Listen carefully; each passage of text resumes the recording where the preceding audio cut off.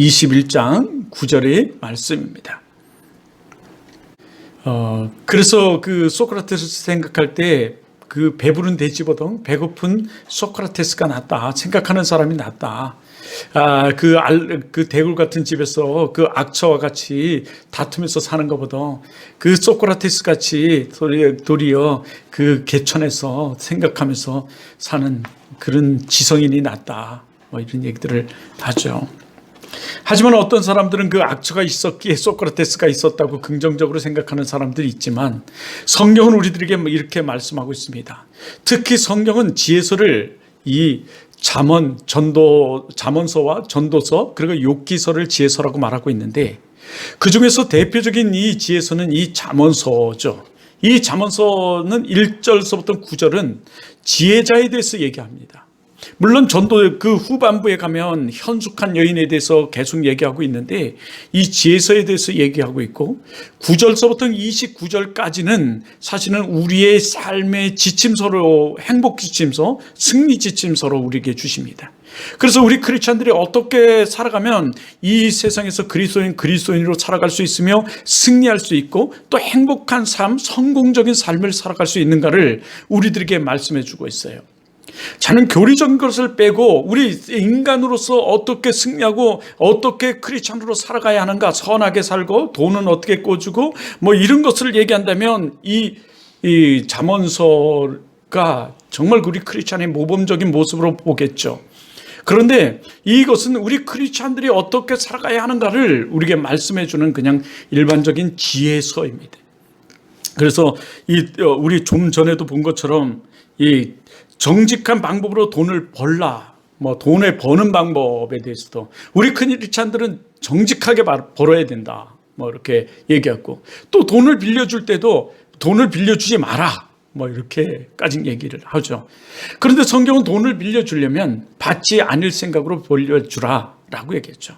이것을 다시 말한다면 돈을 빌려주지 말라는 것은 여러분 또한 돈을 빌리지 말라는 거죠. 그런데 우리가 살아가면서 어디 그러겠습니까? 그러니까 부지런히 우리가 돈을, 만약 돈이란을 얘기한다면 벌으라는 거죠. 그래서 게으른 자와 이 부지런한 자에 대해서 성경은 우리들에게 말씀해 주시면서 여러분이 여기 그 9일날, 며칠이죠? 2일날 본 거 보면 부지런한 자의 경영에 대해서도 얘기하죠. 부지런해라. 게으르지 마라. 너희들이 잘 살고 이러면 전략을 하고 부지런히 일을 해라. 이것이 크리스찬의 삶이고 너희들이 성공하는 삶이며 정말 꾸지 않는 삶이다. 돈을 빌리지 않는 삶이다. 뭐 이렇게 얘기하면서 얘기했죠. 이 부지런의 경영은 이 우리 크리스찬에 있어서 교회 생활도 마찬가지임을 얘기하고 있어요. 자, 이렇게 성공 지침서로, 행복 지침서로 우리들에게 지혜서로 이렇게 주는 것이 바로 이 잠언서예요. 이 가정에 대해서 오늘은 얘기하고 있는데 이 짤막한 한 절을 통해서 가정에 대해서 이 행복한 가정, 행복한 삶, 승리하는 삶, 이거에 대해서 우리들에게 말씀해 주고 있는데 이 다투는 여자는 어떻게 미련한 여자라고 여기서는 계속 얘기하고 있어요. 잠언서는 지혜로운 여자와 살지 미련한 여자와는 살지 말라고 얘기하는 말씀과 같아요. 왜냐하면 성경은 이 잠언서는 끊임없이 지혜자와 미련한 자를 대조하면서 계속 대비하면서 말씀해 주고 있어요. 그러므로 우리 크리스찬들은 지혜로운 자가 되라는 거죠. 그것을 우리 히브리 문법으로 1절에서 9절에서 말씀하고 그것을 근거로 해서 9절로부터 29절까지 말하며 30절은 우리가 이 결론적인 말씀으로 우리들에게 말씀해 주고 있는 거니까요. 자, 그런데 오늘 30장은 말이죠. 오늘 그럼 이것을 얘기할 때 우리는 이 소크라테스를 그래서 생각해 보는 거죠. 차라리 운막에 사는 것이.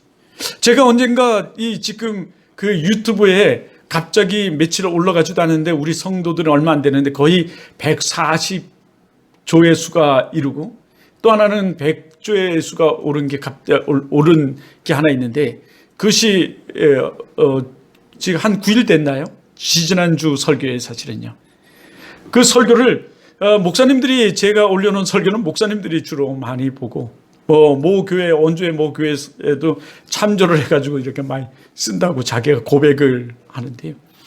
근데 거기서 두 번째 지금 90회 조작이 올라간 것도 마찬가지죠. 우리에게 필요한 지금 당신에게 필요한 것이 무엇입니까? 그 필요한 게 왜 필요한 것입니까? 내가 자전거를 타고 그 주를 위해서 다 우리는 필요한 것이다 라고 얘기했죠. 주를 위해서 우리는 그 필요한 것이 다 주를 위해서 우리는 필요한 것이야 된다 하고, 그리고 말하기를 뭐라고 그랬어요?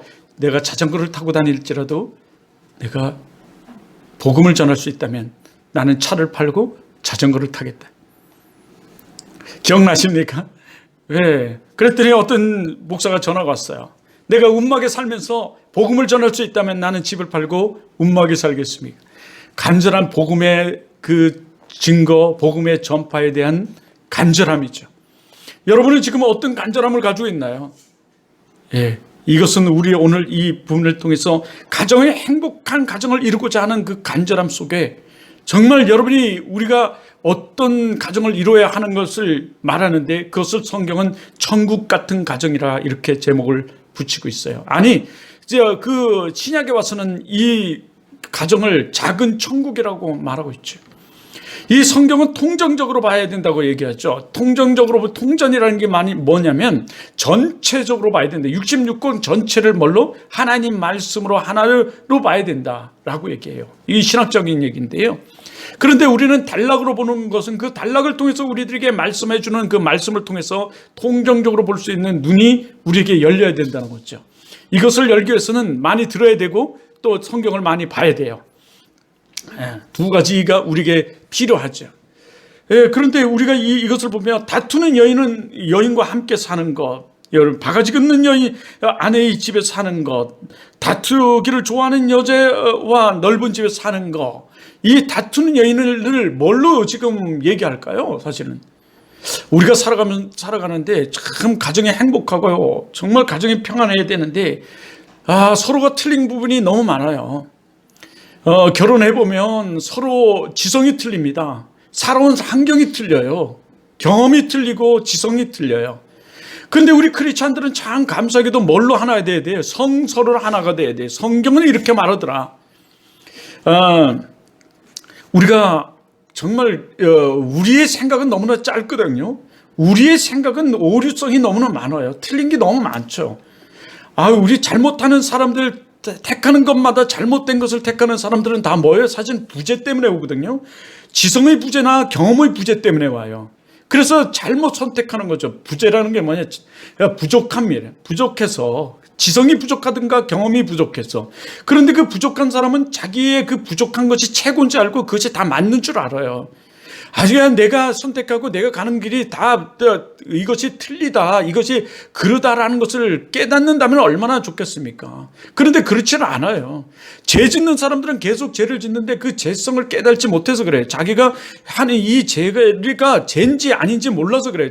아니, 자기가 옳다고 생각하기 때문에 그렇거든요. 그러므로 우리도 그럴 수 있다는 얘기죠. 그러면 우리는 어떻게 해요? 성서를 기점으로 우리를 살아야 돼요. 그 아까 말한 종교개혁자인 존 위클리프는 저 굉장히 강조한 것이 있는데 그게 성서예요. 성서를 중심으로, 성서를 입각해서 성서를 기반으로 우리가 판단해야 된다는 것을 굉장히 강조해요. 그 사람은 위대한 사람이었어요. 사실은요. 권력을 가졌고 사실은 학력을 가졌고 그 당시 당대 사도 바울처럼 높은 학식을 가졌어요. 풍부한 경험을 가졌어요. 간접 경험, 책을 많이 읽어서. 그럼에도 불구하고 그는 그런 걸 통해서 성경을 토대로 해야 된다. 여러분이 잘 알고 있는 마르틴 루터도 마찬가지예요. 마르틴 루터는 종교개혁을 일으키고 나서 베넨 대학에서 쫓겨나고 나서 자기가 다른 대학의 교수로 청빙된 자리가 있었어요. 물론 그는 자기가 다른 청빙 자리가 있었기 때문에 더 95개 조항을 베넨 대학에 걸고 나하고 맞짱 떠서 한번 토론해보자 이렇게 얘기할 수 있었겠지만, 그러나 그는 그 토론으로 인해서 그 종교개혁의 95개 조항을 걸므로 인해서 청빙되어서 갈 그 교수 자리를 박탈당해요. 그는 신학 박사였고 그는 철학 박사였어요. 칼빈은 철학의, 법학의, 신학 박사의 세 가지를 가졌는데 이 사람은 두 가지를 가졌었어요. 그래서 베넨 대학 교수를 했잖아요. 신부면서. 그런데 누가 그런 사람을 청빙하겠어요? 야성이 강하고 말이에요. 그 당시에는 서슬이 시퍼런 이 로마 교황청의 그 강력한 힘이 있었는데, 그러니까 누구도 저항하지 못하는데 너무나 바른 95개 정을 거니까 이 로마 교황청에서도 할 말을 못한 거죠. 맞짱 떠 토론할 수가 없었던 거예요. 그래서 이 사람이 베넨 대학에서 잘리고서는 건너편 그 교회 옥탑에 가가지고 6개월 동안 책을 보기 시작하는 거예요. 옥탑에 있으면서 심심하니까 워낙 책을 좋아했던 사람이니까 책을 막 보는데, 책을 보면 볼수록 이 사람이 느끼는 것 한 가지, 나는 아무것도 아닌 존재다. 자기의 연약함, 자기의 부족함을 발견해요. 그 가운데서 이 로마서에 나는 나의 나됨은 하나님의 뭐다? 은혜로다. 이걸 발견하는 거죠. 그래서 그가 이것을 그 찬양을 쓰고요. 그는 그곳에서 그 후에 그는 이 독일어로 이 성경을 번역해요. 그래서 지금도 독일에서는 루터가 번역한 이 성서를 사용하죠. 그런데 여기 내가 말하고자 하는 것은 중요한 게 있어요. 무식하면 무식한 대로 우리가 삶을 살아가요. 다시 말해서 우리는 아는 만큼 말하고 아는 만큼 생각한다.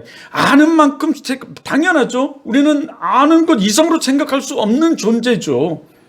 그런데 우리는 이 존재성을, 그게 한계성을 그 후가 더 우위가 있다는 것을 우리가 느끼지 못해요.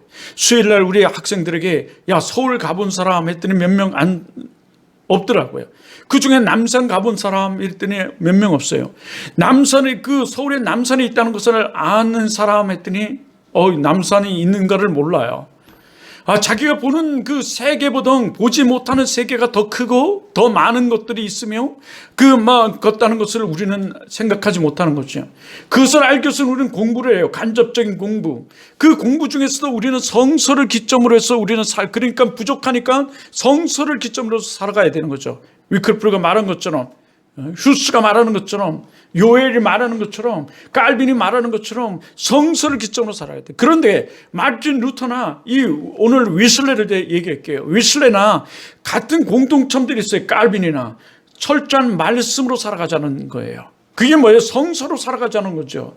우리는 성서를 통해서 경험을 보고, 내가 경험한 것이 성서에 맞는지 아닌지, 내가 성서를 통해서 이성을 보고 내가 생각하는 것들이, 내가 공부한 것들이 맞는지 안 맞는지, 이게 성서주의죠. 우리 크리스찬들이에요, 사실은요. 그런데 우리 생각으로 우리는 그것이 잘못됐어. 무식하면 무식할수록 자기 생각을 가지고 그것을 판단해요. 그건 틀렸어. 그거는 뭐 이래. 아니요, 성서를. 그런데 나보고 가끔 그래요. 그거 가지고 말하는 거죠. 아니요, 나는 사실은 성서를 가지고 얘기하는 거예요, 사실은요. 성서가 그렇게 말하고 있으니까. 목사의 직무는 저번에도 말했죠. 죄성을 깨닫게 뭐를? 성서를 통해서요. 그리고 그리스도인으로 살아가게 하는 거죠. 성도가 행복하게. 그게 뭐예요? 성서를 통해서 살아갈 수 있도록 길을 제공해주고 제시해주고 하는 거죠. 성서를 통해서. 이 성서가 뭐예요? 성경인 거죠. 위클프가 말한. 근데 아까 마틴 루터는 종교 개혁을 일으킬 때 세 가지를 부르셨어요. 이거는 갈빈이든 아니면 낙스든 아니면 웨슬레든 동통점을 가지고 있다고 그랬죠. 그게 뭐예요? 솔라를 얘기했어요. 오직. 솔라라는 것은 오직이에요. 라틴어로 오직인데 이 솔라를 얘기했어요. 그 솔라 중에서도 뭐예요? 오직 말씀으로. 그럼 말씀으로 돌아가서 말씀으로 살자. 여러분, 이것이 우리 크리스찬이었고, 우리 크리스찬이 되며 우리에 대해 돼요. 우리가 왜 가정에서 다툼이 일어나냐? 사실은 그런 미련한 자, 예수를 믿지 않는 자, 이런 자들과는 다툼이 일어나요. 이 미련한 자들은요, 지금 우리 권사님도 며느리가 있지만, 며느리가 예를 들어 우리 어떤 분이 굉장히 아픈 몸으로 장애인이 되어서 자식 집에 와서 그 풀을 뽑고 설거지를 한 손으로, 마비 와서 한 손으로 설거지를 해주고, 마비된 한 손을 쓸 수 없어서 그것으로 이 청소를 했다고 얘기해 보세요. 어떤 사람이 그렇게 했대요. 그런데 며느리가 들어와서 자기가 해야 될 구역을 침범했다고 쓰레기를 담아놓은 쓰레기통을 걷어차면, 이것이 어떻게 성숙한 크리스찬의 모습이에요? 성숙한 여인의 모습이며 이게 지성인의 모습이겠냐는 거죠. 며느리로서의 역할을, 며느리로서의 그것을 모른다면 되잖아요. 가정이, 천국이 이루어지려면 성경은 가장 기본적으로 크리스찬이어야 되고 성품이 돼 있어야 되며, 또 하나는 뭐예요? 그게 이루어져야 된다는 거죠. 각자의 위치로서의 의무를 다해야 된다고 말해요. 그런데 그것을 깨달으면 얼마나 좋겠어요. 그런 사람이 부끄러움과 죄성과 이게 죄다 내가 잘못했다. 그래서 회개가 우리에게 주어지는 거죠. 항상 회개하면서 용서해. 잘못했다. 이걸 깨달으면 얼마나 좋겠다는 거예요. 깨달지 못한다는 거죠. 자기의 잘못을. 절대. 또 하나가 어떻게 해요? 그 부끄러움과 죄성과 죄스러움이 전혀 없어요. 그런 사람들은요. 왜? 하인맞은 양심이거든요. 이런 사람들의 뒷모습을 보면 그 뒷모습이 화려해요. 그래서 성경은 어떤 여인과의 결혼에서도 얘기할 때 그 과거가 많은 사람들을 이거 좀 상가하고 아니 하지 말라 소리까지 하죠. 이게 성서주의예요. 그런 사람들이 과거를 뒤돌아보면서 반성하고 내가 이렇게 살아야 되겠다. 너무 감사하다. 나의 삶에 정말 하나님이 이렇게 살게 해주셔서 너무 감사합니다 하면서 정말 자기를 죽이고 예수 그리스도를 드러내며 어떤 고난과 고통 싸움 가운데서도 자기를 뒷모습, 자기 뒤를 바라보면서 그렇게 살아가느냐, 그게 힘들다는 거예요. 그러니까 성경은 그렇게 말씀하고 있는 거죠. 그래서 성경은 이 다투는 여인에 대해서 얘기를 하고 있는 거예요, 사실은요. 근데 이 다투는 여인이, 그런 미련한 여인이 자기의 미련함을 깨달지 못하니까 차라리 그런 여인과 사느니 움막에 사는 것이 더 낫다. 이런 얘기를 하는 거죠. 그 움막이 도리어 예수가 거하시고 그것에 행복이 거하는 그 천국이면 그것이 더 낫다는 거예요. 그러므로 우리 크리스찬들이요, 우리는 매일매일 나를 점검하면서 회개하면서 우리 주님이 나를 구원하신 그 구원의 그 감격과 감동 속에 하나님을 영화롭게 하는 그것이 우리에게 있어요. 다시 말한다면 우리를 뒤돌아봄이 있고 우리를 앞으로 살핌이 있어야 돼요. 여러분, 우리가 잘 알고 있는 유대인의 학살 있죠. 그 유대인이 엄청난 학살을 당했어요. 그 학살을 당할 때 가장 큰 학살은 화학품으로, 화학무기죠. 그들을 독가스실에 여기서 다 죽이는 사건이었어요. 그런데 그 끌려가는 상황 속에서 한 글을 쓰는데 그 글의 내용이 정말 눈물 자아내기예요. 그 글 위에다가 지금 유대인들이 쓴 글이 있는데 그 글이 뭐냐면, 과거는 과거를 잊지 말고 현재는 용서하자. 과거를 잊지는 말자예요. 과거는 잊지 말자. 현재를 용서하자는 거죠. 이것이 우리에게 삶을 살아가자는 거죠. 뒤를 들어보면서. 그런데 우리가 상처가 있으면 하는 것마다 내가 옳다고 말하지만 잘못된 길을 가기가 쉬우니 어떻게 해요? 나를 계속 치면서 반성함이 우리에게 있어야 된다는 거죠. 우리가 그것을 어떤 끄집어내서 뭐라 그러기보다는 뭐라 그러는 것이 아니라 그것을 뒤를 돌아보자. 우리가 항상 나를 살피자. 나를 점검하자. 두 번째, 우리가 행복한 가정을 성경은 말하기를 동정적이라고 그랬잖아요. 각자의 다시 점검하는데 부모는 부모로서, 자녀는 자녀로서의 그 의무를 다하는 거죠. 성경에서 자녀는 부모의 뭐라고 얘기하고 있어요? 자녀는 부모의, 잠언서 우리가 지내온 얘기잖아요. 자녀는 부모의 기쁨이다. 자랑거리다. 이렇게 말하고 있어요. 우리 박준이, 너가 부모의 자랑이 되려면 지금 뭐를 잘해야 돼? 부모의 자랑이 될까요? 공부를. 그렇게 맡은 위치에서 자랑거리게 돼. 공부를 못한다면 뛰어나게 또 다른 운동을 잘해서 상도 많이 받고, 아니면 우리 운동을 많이 하니까 집안에 청소를 잘해도 우리 자녀가 이렇다 이러면서 자랑하겠죠. 하고 달라진 그 모습을 통해서 예전에 이랬는데 예수를 믿고 나더니 이렇게 달라졌다 라는 것들을 얘기할 때 막 자랑하겠죠. 그러면 어떻게 해요? 이 가정이, 여러분, 왜 부부가 다퉈요? 사실은 자라가다 보면 그 부부가 성적적인, 또 지성적인, 영적인 서로 이런 것들이 틀려서 또 그 과거 때문에 다투는 이유가 많아요. 그런데 또 하나는 자녀 때문에도 다퉈요. 그죠, 권사님? 자녀 때문에도 사실은 많이 다툽니다. 왜냐하면 자녀가 잘 되고 잘 키워야 부모가 어떤 부모의 역할을 다하고 또 내 후세와 그 삶에 어떤 그게 되니까요. 기쁨이기 때문에 그런 거예요. 성경은요.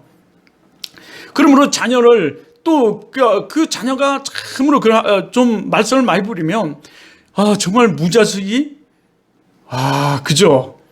옛날에는 어른들이 왜 그렇게 말을 많이 했는지 이해가 되더라고요. 그렇게까지 얘기했다고요. 그러나 여러분은 참 여기 있는 분들은 우리가 옆에 좀 깨워주시고, 정말 자랑이 되고 기쁨이 되고 부모의 기쁨이 되고 자랑이 되기를 정말 축원합니다.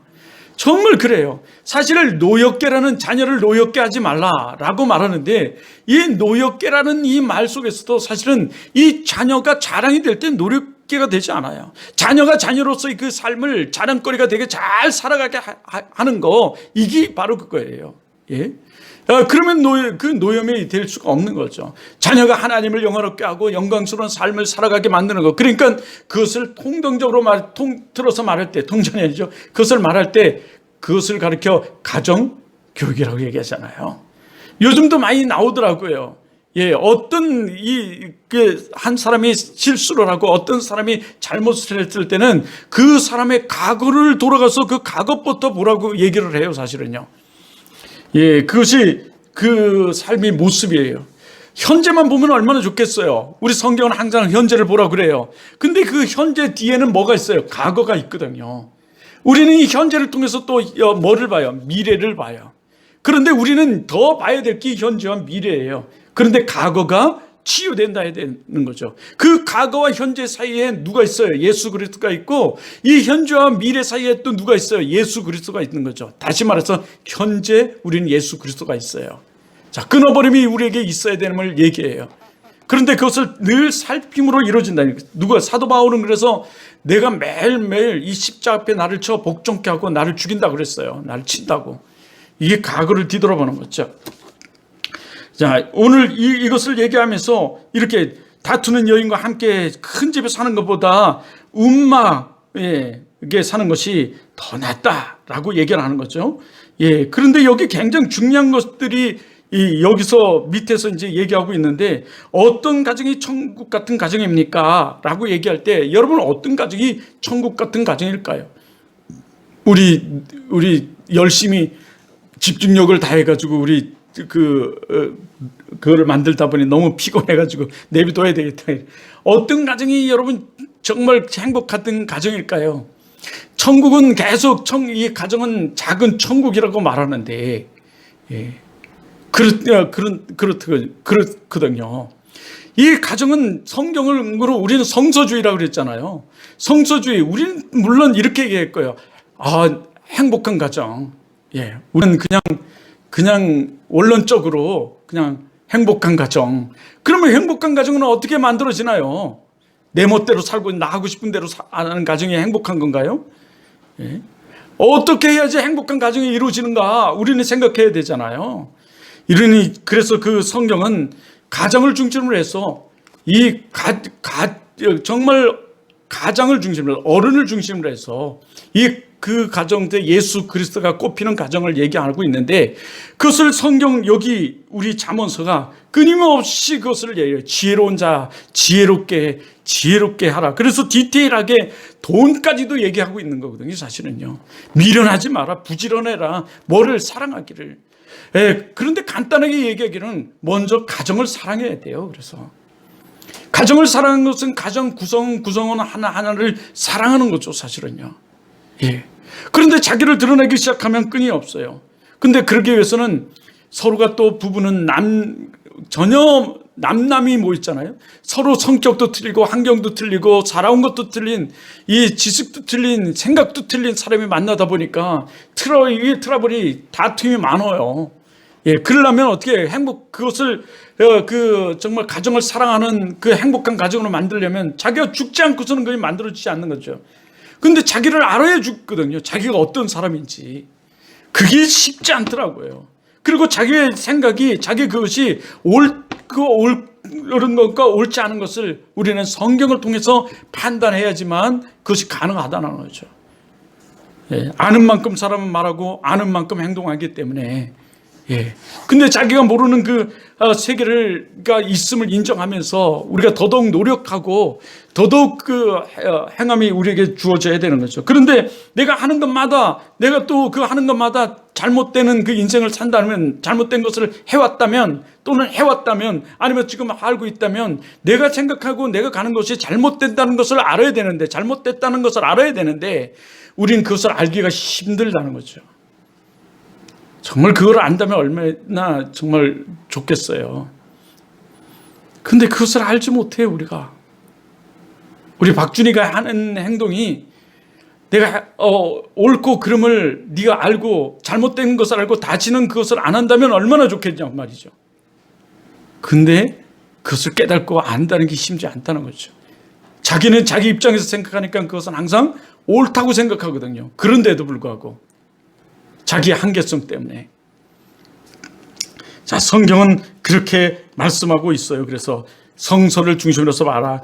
그러나 성서는 그 사랑과 평화, 평안한 가정, 평화가 있는 가정, 행복한 가정, 그런데 그 행복한 가정을 이루는 것이 우리의 과제라는 거죠. 자, 여기 어떤 가정이 지옥 같은 가정인가요? 예, 어떤 가정이 그렇게 지옥 같은 가정일까요? 여러분 각자가 어떤 가정이 지옥 같은 가정일까요? 사실은요. 여러분이 하고 싶은 대로 다 하고 싶은데 하지 못하는 가정이 지옥 같은 가정인가요? 잘못된 건데도 그 잘못된 것이 나는 옳다고 막 가는데 그것을 가지 말라고 말하는 곳이 그 사람이 있고 곳이 지옥 같은 가정일까요? 어느 부부나 어느 사람이나 여러분이 정말 이 사회에서 빛과 같이 소금같이 위대하게 쓰임받는 사람이 되기를 원해요. 어느 부부가 여러분이 장관이 되는 것을 야 마다하겠어, 저 장관 되면 안 돼 이러면서 막 끌어내리겠냐고요. 아마 같이 공범해서 잘못한 게 있으면 숨겨주려고 그럴 거예요. 그것이 범죄인지 알면서도 숨겨주려고 그럴 거예요, 부모는요. 네. 여러분이 그런데 그렇게 되기를 바라요. 좀 잘 되기를. 정말 공부도 열심히 해서 여러분 검사도 되고 판사도 되고 여러분 정말 여기 시장도 되고 군수도 되고 국회의원도 되고 장관도 되고 좀 사업을 할 때도 사업도 크게 하고. 저는 가끔 그 달인을 봐요. 이번에는 달인에 26세의 달인에 나왔는데 서울에서 줄을 서는 거예요. 걔는 고등학교를 나와서 그 고등학교 우리 동영이 같은 걸 배웠는가 봐. 근데 이 가게를 하고 싶은 거죠. 자기 기술을 벌치고 싶어서 돈 1,000만 원 들고서는 이 부동산 그 중개업 여자한테 수십 번을 찾아왔대요. 1,000만 원 가지고 얻을 수 있는 가게가 나왔습니까? 나올 리가 없잖아요. 그러다가 누가 버리고 간 뭐 식당도 식당 같지 않은, 식당도 할 수 없는 차고 같은 데를 하나 1,000만 원을 빌려가지고 시작했는데 지금 달인에 나와서 지금 이제 26살이에요. 26살에 거기 들어가려면, 거기서 식사하려면 사람들이 줄을 서요. 줄을 섰는데도 못 먹어요. 늦게 오면. 그 재료가 끝나서. 이번 달에는 그런 사람들이더라고요. 여러분, 우리가 정말 그 자랑거리가 되고 빛이 되고 우리 아내들이고 우리 남편들이고 우리 정말 예수 안에서 성경을 기점으로 우리가 서로가 그 성서 안에서 이게 그 판단하고 결정하고 성서 안에서 우리가 좀 살아가죠. 우리가 자꾸 그 요즘 그 서울 신학대학원 그 설교학 교수가 이 유튜브에 나와가지고 잘 하는 말이 있어요. 우리 기도가 주술이 될 수 있다는 거죠. 뭐가 빠지면, 성서가 빠지면요, 자기 욕심이 들어가면요. 물론 우리는 자기 욕심을 버릴 수가 없어요. 그런데 우리가 그 마지막에 주님이 하신 기도처럼 정말 내 뜻대로 되지 말시고 누구 뜻대로, 아버지 뜻대로 되기를 원하는 그 마음의 기도가 우리에게 필요하다는 거죠. 내 말이 아니고 지금 많은 학자들이 그렇게 보는 모습이에요. 우리는 지나온 과거를 탓하기보다, 지나온 과거를 지금 밝히고 뒤잡아 보자는 것보다 그 과거를 우리가 잊어버리지 말고 살피면서 나를 살피고 오늘 나를 살피면서 다시 누구를 영광 돌리자는 거예요. 하나님을 영광 돌리는, 그게 천국 같은 가정을 이룰 수 있다는 거죠. 그것은 중점이 있어요. 하나, 이제 마지막으로 하나님의 영광인가 아닌가. 이것이 내가 하는 행동이, 내가 하는 것이 하나님의 영광을 위한 것인가 아닌가. 저 사람이 하는 것이 하나님의 영광을 위한 것인가 아닌가. 다시 하나님의 영광을 위해서. 때로는 거절하죠. 때로는 하고 싶어도 절제하고, 때로는 그거예요. 목사들도 유혹들을 굉장히 많이 받아요. 이루 말할 수 없죠. 돈 문제, 명예 문제, 성적인 문제, 이를 말할 수가 없을 거예요. 근데 그 가운데서 하나님의 영광을 위하여를 생각해야 되는 거죠. 하나님은 영화롭게. 이것이 우리의 잣대예요. 그 영화롭게 하는 것들을 성경에서 말하고 있는 거죠. 그 교리와 더불어서. 자, 오늘 이것을 보면서 우리 여기 그 귀티자의 글을 한번 읽겠습니다. 지옥 같은 집이 있고 천국 같은 집이 있습니다. 큰 집이 천국 같은 집이 아니고 작은 집이 지옥 같은 집이 아닙니다. 가정에 사랑과 평화가 있어 행복한 가정은 천국이고 다툼과 불화가 있는 가정은 지옥입니다. 천국 같은 가정을 이루기 위해 남편은 아내를 사랑해야 하고 아내는 남편에 순종해야 합니다. 순종해야 합니다.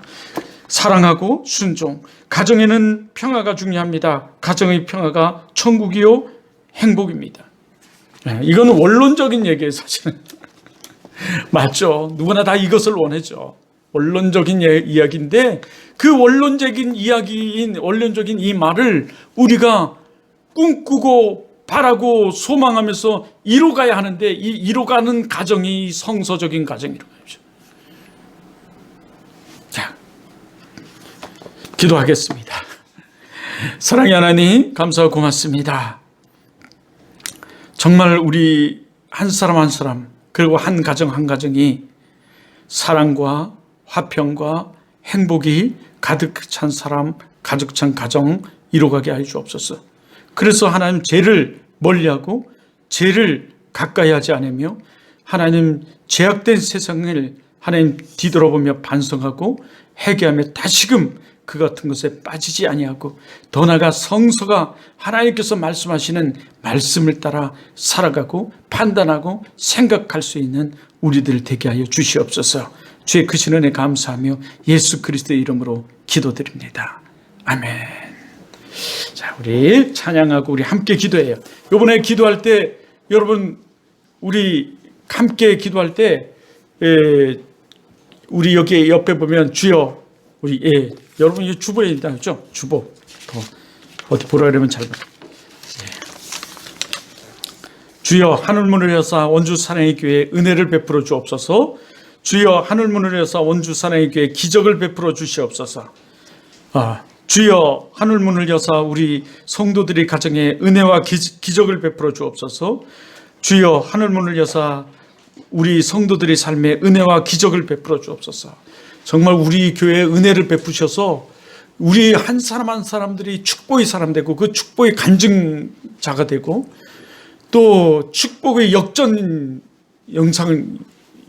용사가 되었고 여기 미움과 다툼이 있는 가정이 미움이 떠나가고 다툼이 떠나가고 사랑이 가득 찬 가정이 되고 우리가 그 미움이 있는 곳에 다툼이 있는 곳에 사랑을 이런 거 많이 하잖아요. 예전에 정말 그렇게 되기를 바라요.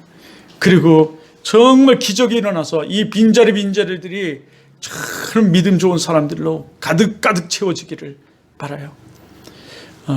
그래도 우리 권사님 와서 기도하시고 우리의 좋은 이 기도의 사람이 오니까 이 분위기가 달라진 거예요, 사실은요. 이제 더 달라져서 정말 앞을 바라보면서 우리 한 사람 한 사람 무조건 10월 달에 초청잔치를 한번 할 텐데 끌고 오길. 뭐를 잡아서라도 동령이 뭐를 잡아서라도 멱살을 잡아서라도 성경에 강권하여 내 집을 채우란 말이 있거든. 동령아, 여기서 원어에서 강권함이 뭐냐면 팔을 비틀어서라도야. 팔을 비틀어서는 어떻게 해? 꺾어가서 강권해서 멱살 잡는 거하고 똑같은 거야. 그럼 너 내 집을 채우라. 하나님께서 이렇게까지 말씀하셨어. 근데 성경을 모르는 사람은 어떻게 하나님이 하시겠지. 그게 하나님이 우리를 통해서 하신 거야. 팔을 비틀어서라도 여기 데리고 왔는데 걔가 정착을 안 해. 그 세례 받기까지는 끌고 다녀야 돼. 근데 세례 그 전도라는 것은 세례 받기까지 하는 게 전도야. 그런데 죽어도 안 해. 그럼 걔는 하나님이 택한 백성이 아닌 거야. 유기도 하나님 안에 있거든. 아니면 그가 택한 백성이면 언젠가 걔는 예수를 믿어. 너 때문에. 너가 여기 한번 데려온 것 때문에. 그래서 그 유기도 하나님 안에 있어. 강권하여 내 집을 채우라. 그게 뭐라고? 팔을 비틀어서라도 강제로라도 맥살을 잡았으라도. 우리 박준이가 여자들한테 인기가 많아요. 박준아, 맥살을 잡아서라도 팔을 비틀어서라도, 알았지? 네 자리에 채워야 돼. 수정교회는 그래서 이 빈자리를 놓고 기도해 항상. 자, 그래요. 자, 우리 그러길 바라요. 그런 기적이 여러분의 가정에서도 가정을 허무는 그 악한 여우 늑대들이 떠나가고 가정의 평화가 여러분 정말 은혜가 베풀어지고 기적이 일어나게. 가정을 허무는 이 고멜과 같은 이 음란한 여인이 떠나가고 그 변화되고 그 가운데 축복이 아름다운 현숙한 여인이 자리 잡기를. 그 고멜이 요일서의 고멜이 이스라엘을 지칭하거든요. 이 음란성 하나님을 자꾸 떠나고 잊어버리는 정말 여러분의 가정에 정말 그런 큰 가정이 되기를. 현숙한 여인으로 변화되는 이스라엘처럼 고멜처럼 되기를. 자, 그런 은혜와 기적을 꾸면서 여러분 기도하시기를 바라요. 자.